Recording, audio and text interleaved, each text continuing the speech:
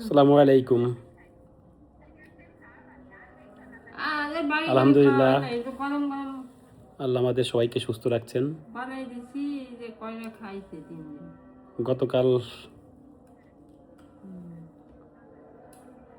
আপনারা অলরেডি অনুভব করছেন বিশাল আকারে 5.7 মাত্রার ভূমিকম্প অনুষ্ঠিত হয়েছে, যেটায় বাংলাদেশের অনেক জায়গায় প্রচুর ক্ষয়ক্ষতি হয়েছে এবং বেশ লোকজন মারা গেছে। বিভিন্ন খবরের জানা গেছে 10 থেকে 12 জনের মধ্যে মৃত্যুবরণ করছেন এবং শত শত লোক আহত হয়েছে। আজকেও এই কিছুক্ষণ আগে ছোট ভূমিকম্প অনুভূত হয়েছে। সো আপনারা সতর্ক থাকবেন,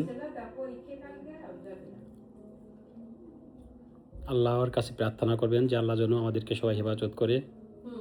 5 ওয়াক্ত নামাজ আদায় করবেন, তাওবা করবেন, বারবার তাওবা আদায় করবেন। ইনশাআল্লাহ আল্লাহ হয়তো আমাদেরকে মাফ করবেন। সবাইকে ধন্যবাদ। আল্লাহ হাফেজ। সবার জন্য সবাই আল্লাহর কাছে দোয়া করবেন।